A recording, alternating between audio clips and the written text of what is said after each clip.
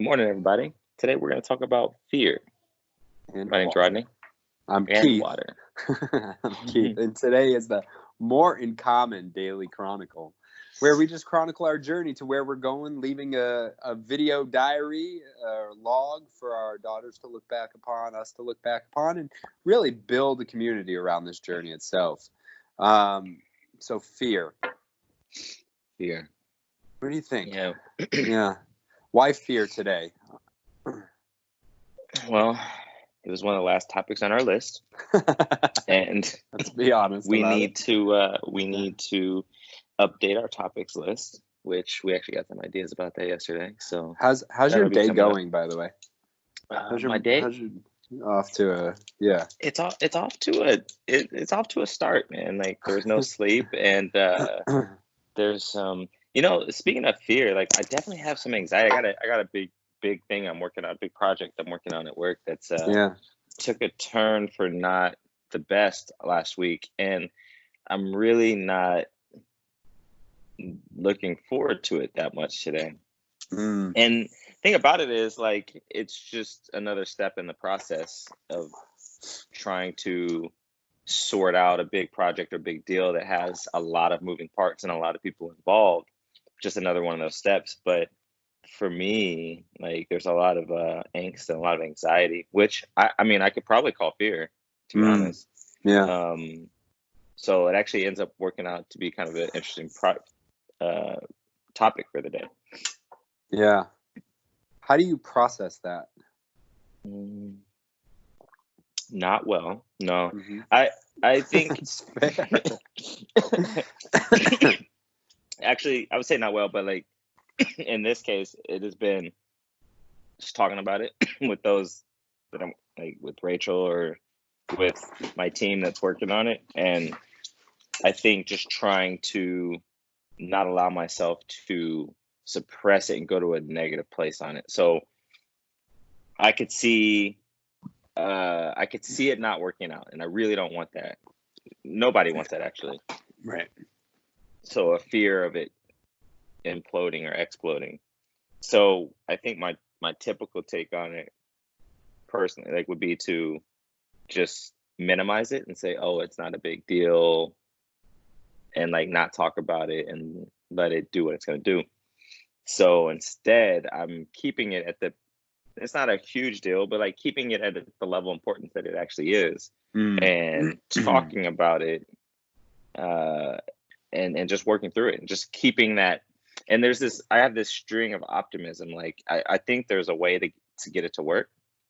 I just haven't found it yet. And so that helped me work through the weekend without just thinking about it all the time. Yeah. And then come into today like, all right, well, it's just another day grinding, like trying to figure out what's the next step, what's the next piece. So that's been the process at this point. We'll see how that works out. I think for me, it's been more useful than similar instances in the past. But yeah. Yeah. It's that fear of losing a big deal that could make or break a year has consumed me in the past. How does it show up for you? Anxiety all the way.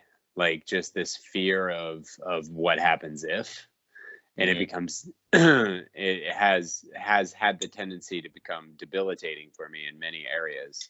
How does it? Many areas, yeah. Yeah, that limit my focus to move forward. Now, over the last, I'd say 4 or 5 years, that's incrementally broken down, where now the stakes of an action have to be really, really high for me to at least perceive to be really high until they normalize, right? A good example is the podcast. Like when we first started the podcast, that, it was a tremendous amount of fear. We did it. Now it's normalized, and now I love putting it out there. But like this video series hasn't normalized for me yet, right? So every time I try to share it or I do something on the interwebs, it's almost Really? been like, yeah, I don't want to share it. Yeah, I still have a hard time getting through it.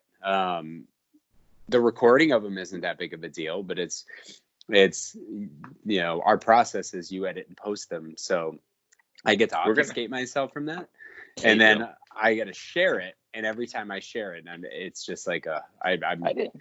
But I just did not know that. But the way I end up managing it is I just do it, right? Until it reaches a point, because I love doing it. I love everything that we are doing. That those things that get in my way often are my own anxieties of judgment and my fear of criticism. And managing and navigating that is a whole different consequence than just sharing a video, right? So that's how it works for me. And I will also add, today is not off to a good start, and it seems to be a common theme for us going lately. around. Like, and we just keep moving forward. So it's called kind 2 of kids under 3. Yeah, man. 2 kids under 20. There's too many things. Yeah, 2 kids under. They're still in the house. Well, let me ask you something real quick before we bounce out. Because I do want to, but so you mentioned a couple things. What are the main ways that, or have you identified all the things that cause fear to show up for you? So you said like fear of judgment and criticism cause fear more than anything for me. Yeah. I think mine is fear that I didn't do everything that I could, or that I did everything that I could and it still wasn't enough. And then for me, that turns into I'm not good. And so that's like, that's what it is. Yeah, that's the main thing for me. That's interesting. Yeah, like I've gotten over, the outcome doesn't work out. It doesn't work out. It sucks. But at the end of the day, I feel confident in my ability to do everything that I needed to do to make that work, and then I'll learn from it. But I